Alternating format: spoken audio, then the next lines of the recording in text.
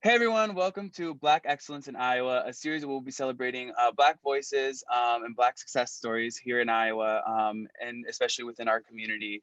Today you're going to find me with Mike Darwin Brown, and Yeah, he is a director of student activities here at Western Iowa Tech Community College. Thank you for being with me, Mike. no problem. Glad to be here, and thanks for the invite, Victor. Of course, could you please tell us your pronouns of reference?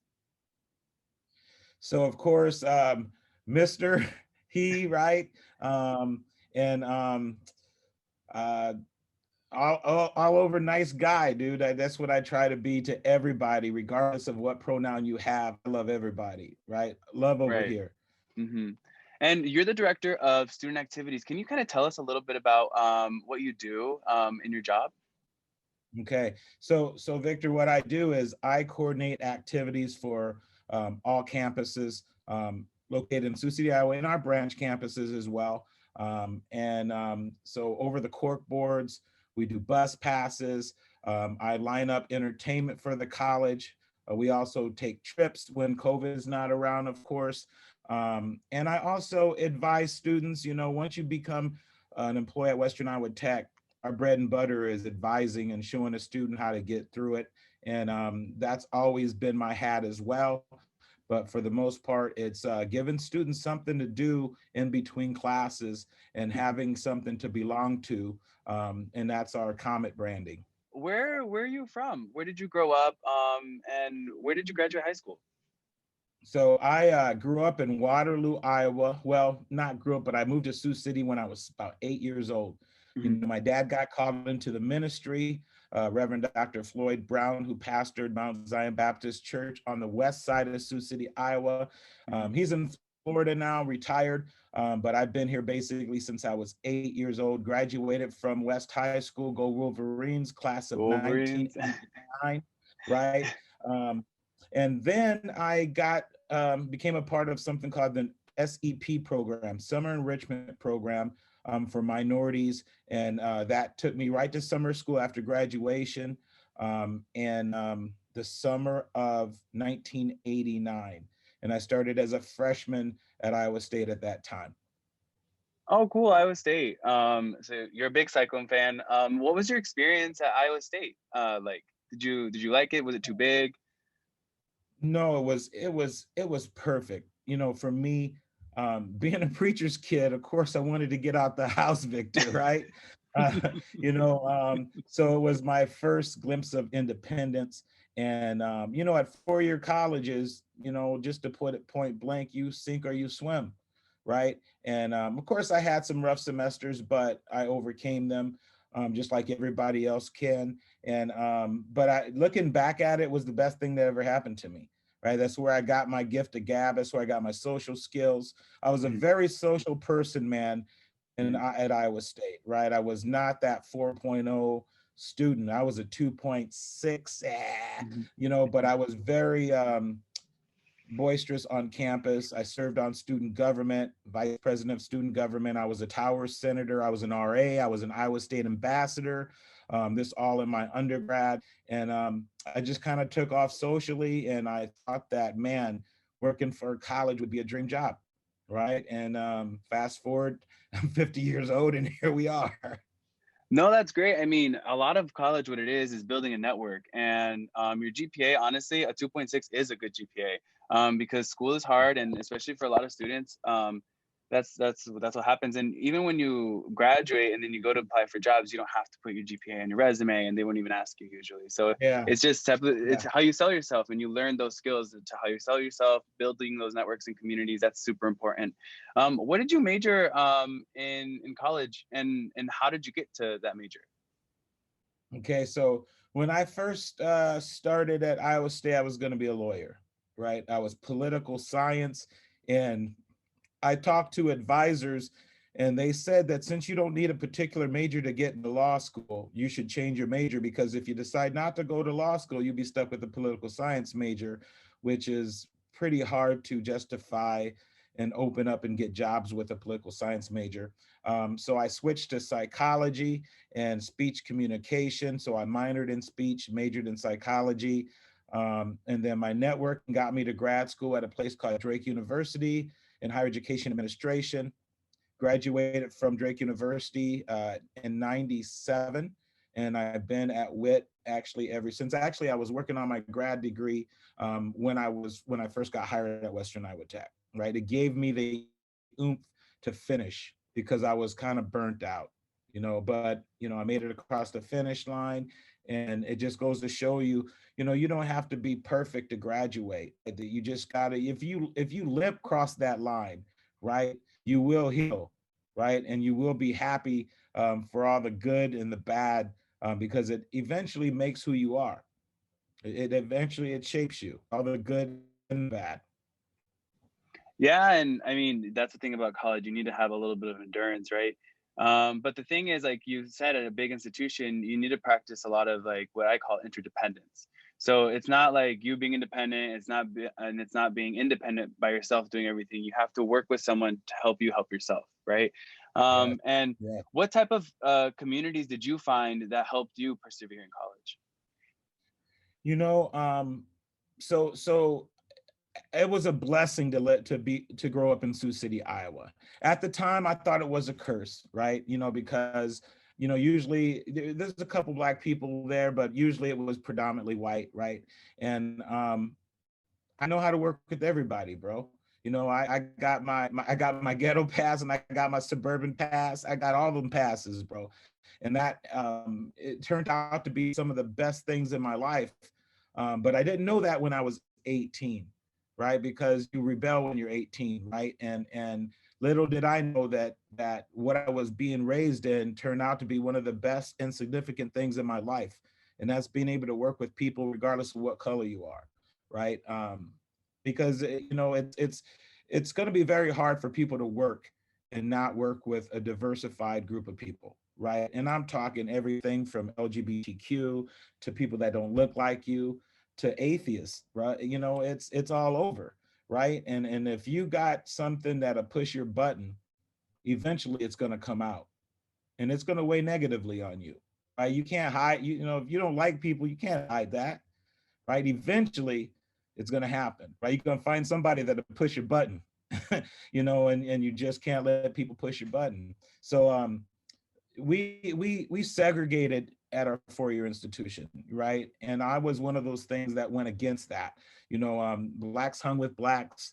The Latino population that we had hung with their own. Whites hung with whites. Now, of course, there was always your exceptions to the rules, and I was one of them, right? By being an RA and all these things, and it just gave me the know-how to work around people and to work with people and know what to say.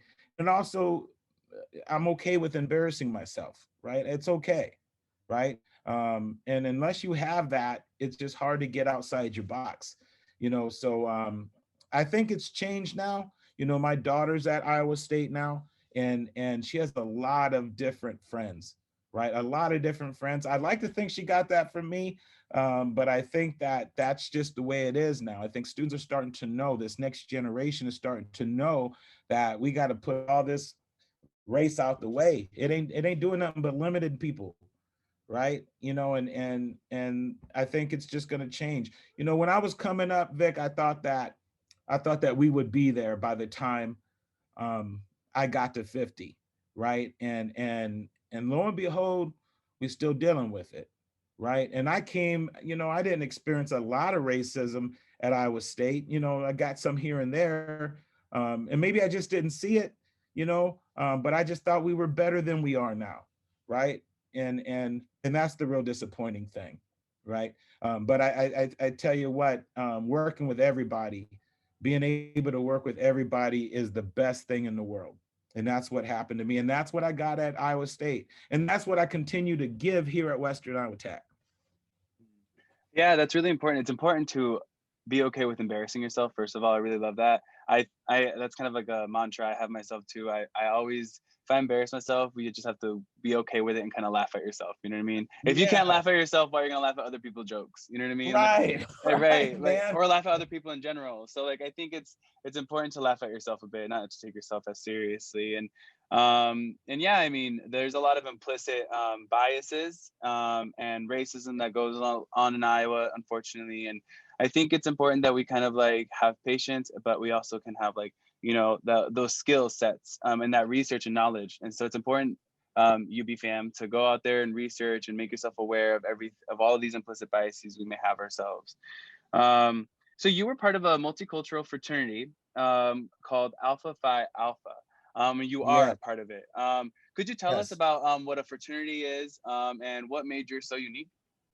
So our fraternity, Alpha Phi Alpha, was founded in 1906 by 7 Black men who we call jewels, right? And it started as a social club, right? Because they were on college campuses in Cornell University back in 1906. You think it's bad now, right? What about then, right? And so they had no social construct to work with, right? So they started Alpha Phi Alpha fraternity, and since then, it's just a brotherhood of networking, right? You network, you meet brothers from all over the world, right? I've been in other countries and I've seen alphas, right? We've been interracial since the 1950s, right? So I can actually say we're multicultural. There's white alphas, there's Latino alphas, and of course African American alphas, and A means first of first, right? And our logo is the pyramid and the sphinx, right? So when I got to that fraternity, we did a lot of education on who we are, right? History's not always told correctly, man, right? Everybody knows it. Black people aren't given a good shake in history, man. And I would just say that is when lions write the history books, right? Hunters will cease to be heroes, right? And that speaks volume, right? So it helped me find my history and helped me find out that, especially with Black excellence, right? Man, we were doing it thousands of years ago, right? There's people of color on those Egyptian pyramids, right? And so of course they kept all of that out of the history books. But if you're a self-sufficient person and you seek education, right, you're going to eventually read that somewhere. And I did that, and it was intriguing. And of course, I didn't know any of that until I joined my fraternity, right? And I had a guy named Fred Stewart who was awesome. He's passed away now. He was the guy that brought me in, and he seen something in me, and he educated me. And it was a different type of education. It wasn't something I got from high school. It was find out who you are. Your kings and queens, right? You were taken, right? And we were doing heart surgery and brain surgery, and we knew how to navigate stars. I mean, and that stuff was lost, right? So that just opened up a whole new world for me. It gave me knowledge of self, right? So I'm expected to do well, right? I'm expected because I know who I am, right? I don't let anybody define me, right? Now, of course, I used to, but that comes with age, right? And you start to understand, who you are and what significant contributions your people gave. And we gave so many, from the elevator to the first combustible oil engine, the first heart surgery, right? Blood plasma transfusion, right? And that guy died on the stairs of a hospital because they didn't accept colors, right? And he invented it, right? So all types of atrocities, man. It's comical, but it's not.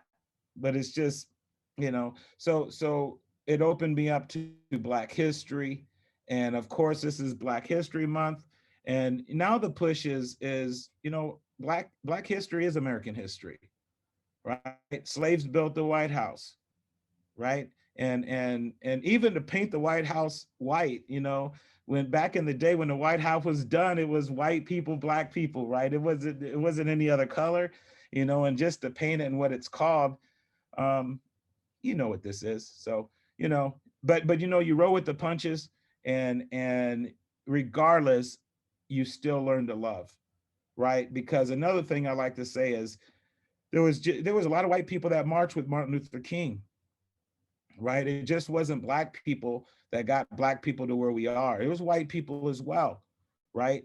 So you can't just, you just can't be one-sided, right? You got to look at everything. Um, Yeah. and we can, we're so divided, Victor, Hmm. and I just don't know.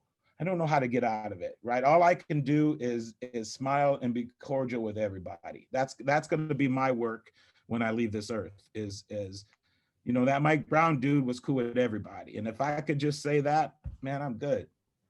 I'm good. Yeah, there's a lot of power in coming into your own, right? And finding who you Yeah, are, and learning about your history, especially when your history wasn't really taught. It is American history, right? And so I think yeah, there's a power in that you, when you go to college, you're going to find communities that look like you. You're going to find communities that identify with similar beliefs, similar mindsets, and when you connect with those people, you're really going to find power in that. And I think the great thing that you found is that once you felt grounded in yourself and who you are now able to kind of like laugh at yourself, like you said, right? There's this evolution and growth that you kind of come through with it, and you're able to be kind with everybody because you kind of have this sense of awareness of who you are and how great that is. And I love to hear that, you know. Um, and I guess like to wrap up our conversation, I have one final question. okay. And it's, what advice do you have for future Black college students, or if you could go back in time and do college again, what is one thing you wish you would have known? Wow, wow. I got an answer for both of them. So All right. what I wish I would have known is I would have applied for more scholarships, right?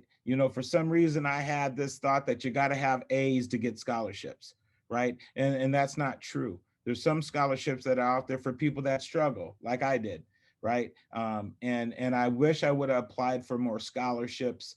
It's money on the table when you don't do that.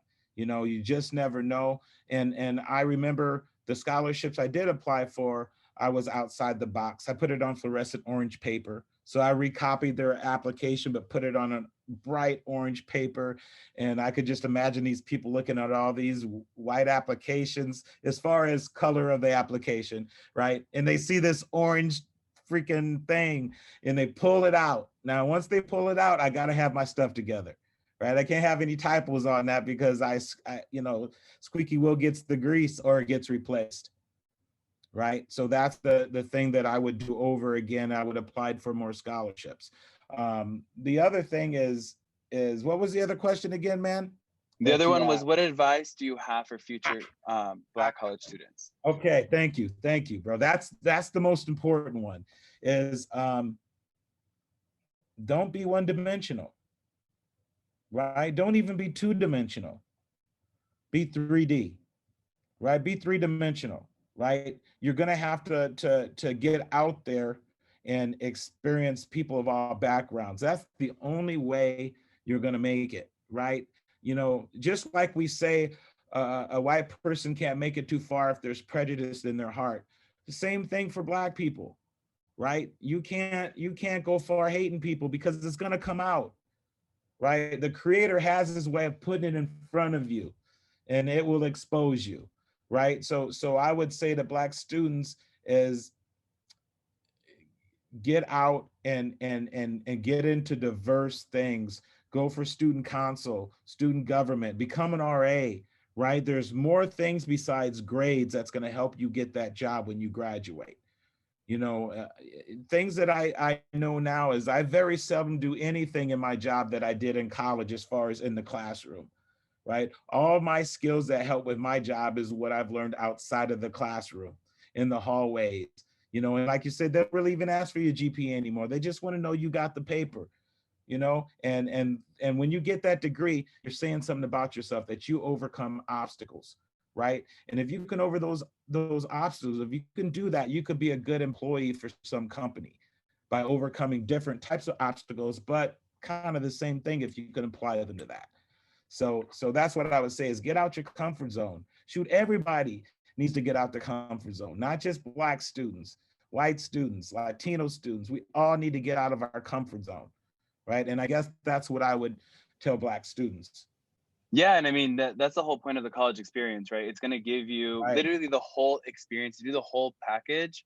you're going to be the full package for the future employer, because you're going to have those interpersonal skills, those professional skills, the academic skills, and many more skills that come with it too. I mean, it's 4 years where you really grow from a high school student to, and you really come out with a different mindset. And Mike definitely is an example of that. And well, Mike, I want to thank you so much for sharing your insights with my students, and especially my Black students. And I'm super excited to hear what they learned from you. Thank you so much for meeting with me today. You keep doing your thing, bro. You real decent dude, bro. So you got a bright future, whether it's at Western Iowa Tech or being employed by the world. You know, you got a bright future, bro. Thank you so much. Thank you so much.